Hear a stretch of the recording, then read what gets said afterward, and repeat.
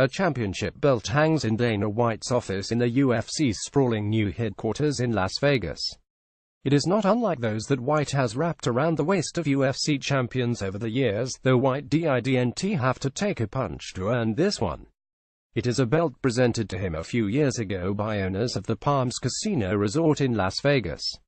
White is an accomplished blackjack player, and he was on such a hot streak at the Palms that the owners made up a belt that dubbed him the undisputed blackjack champion, a not-so-subtle plea for him to take his bets elsewhere. They couldn't afford to lose substantial amounts of money to him any longer. In MMA parlance, they tapped out. White is a gambler, and it's the personality trait that gives his desire to promote boxing a chance to succeed. But making an impact in boxing will be the most difficult challenge of White's career and will make his feat of turning the UFC from a dying business into a multi-billion-dollar empire look like a cakewalk. Boxing survives in spite of itself, White acknowledged during a speech at the Wild Card West Gym in Santa Monica, California, owned by director-producer Peter Berg, that the sport is broken. White is in the process of obtaining a promoter's license, according to a report in the Los Angeles Times, and said he 100% is going to promote boxing. Boxing is in the midst of a great year, relative to how it has done in the past 5, 10 or even 20 years. There have been sensational fights, higher-than-normal television ratings, big pay-per-view sales, and just a general sense that the sport has turned a corner. The sport, though, hasn't fundamentally changed, and the flaws that have relegated it to Al-Soran status in the American sporting landscape not only still exist, they're more significant than ever. Just look at boxing in the US now, even during what is perceived to be a great year. Top Rank has given its entire product to ESPN, and while there is much great about what is going on there, it creates vexing issues with no simple answer. Al Haymon, the sport's most powerful manager and the founder of the Premier Boxing Champions, has a lineup of terrific fighters. Those fighters compete primarily on Showtime or Fox. They don't go on HBO or on Top Rank's ESPN shows.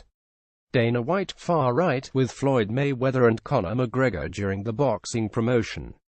Get as when Top Rank's brilliant, undisputed super lightweight champion Terence Crawford announces HES vacating his belts to make a run at welterweight, the realization quickly dawns upon you that the welterweight fighters you'd most want to see Crawford face, WBA WBC champ Keith Thurman, IBF champion Errol Spence and former champ Shawn Porter, probably won't happen because they are with Haymon. There is no mechanism in boxing that guarantees the fights the fans want to see will happen in any type of expeditious manner. Who among us will ever forget the torturous 5 years plus it took to put the Floyd Mayweather-Manny Pacquiao fight together? They were each at their absolute peaks when it was first discussed in 2009, but both were on the downhill when it finally occurred in 2015. Boxing is facing that situation now. The fight to make is the heavyweight title unification bout between American Deontay Wilder, the unbeaten WBC champion, and Brit Anthony Joshua, the unbeaten IBF WBA champion. Wilder, who is 390 with 38 knockouts, wants to fight Joshua. And Joshua, who is 200 with 20 knockouts, wants to fight Wilder. If it were signed today and held in May, it would be a mega event that would sell out whichever arena it was placed in and generate healthy pay-per-view sales.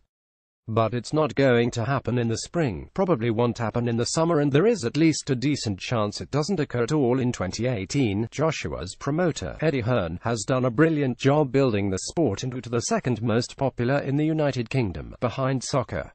HE's beginning a push in the US, promoting an HBO show on Saturday in Long Island that features a middleweight bout between Daniel Jacobs and Luis Arias. Hearn is a bright, clever and engaging man who took to the streets this week, asking New Yorkers if they knew who Wilder was. It was a great stunt, though it failed to prove anything. Save for a few promoters, the quality of boxing promotion is beyond abysmal. Fights aren't made. Many promoters treat the fighters like hired help. There is little investment in the sport's future. Boxing is an event-driven sport. When there is a big event, like Mayweather-Pacquiao, the world pays attention, the media comes out and lots of money is made. Far too often, though, the world at large ignores what is going on in boxing because there is no cohesive strategy in the sport.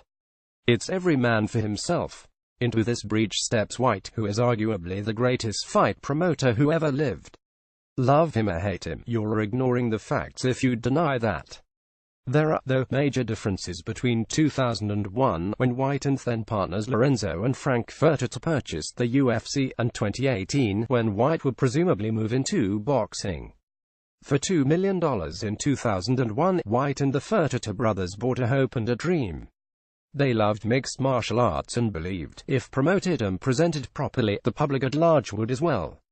But it was a dying sport that was ripe for them to remake. Significantly, when they purchased the UFC, in the process they acquired the contracts of some of the world's greatest fighters. Going into boxing, there is nothing to buy, so they'd have to partner with someone like Heyman or sign free agent fighters to build a roster. A UFC title is now hugely significant because a vast majority of the world's greatest fighters are signed to UFC contracts. If Whyte creates a league like the UFC in boxing, the problem he'll have is finding a way to make the fights for his athletes when they're a greater opponent signed to other promoters. It's a complicated process, but if anyone can make it work, it's Whyte. He's not only smart and resourceful, but Zuffa Boxing will be as well financed, or perhaps better, than any of the existing boxing promoters. Asked about Whyte's announcement that he'd enter boxing promoting, Hearn gave a hearty thumbs up. Understanding the need for someone of Whyte's caliber in boxing, I was thrilled to hear Dana White plans to promote boxing, Hearn said. He's got a great profile, he'll bring more attention to the sport, he knows how to put on a show, and he's a real promoter. That's what we need in this business. There is an irony here in that, while building the UFC, Whyte often trashed boxing as a dying or dead business. There is no denying his love for the sport, but he hasn't hesitated over the years to point out its many inadequacies. As good as Whyte is, though, those problems that Whyte identified are still very real, and as of yet remain unresolved. Whyte could be boxing's White Knight, but it's going to test him like he's never been tested before. If he can help boxing become a viable and relevant business in the American sporting landscape, it will be, with no hyperbole intended, one of the great business success stories of all time. Popular UFC video in Yahoo Sports.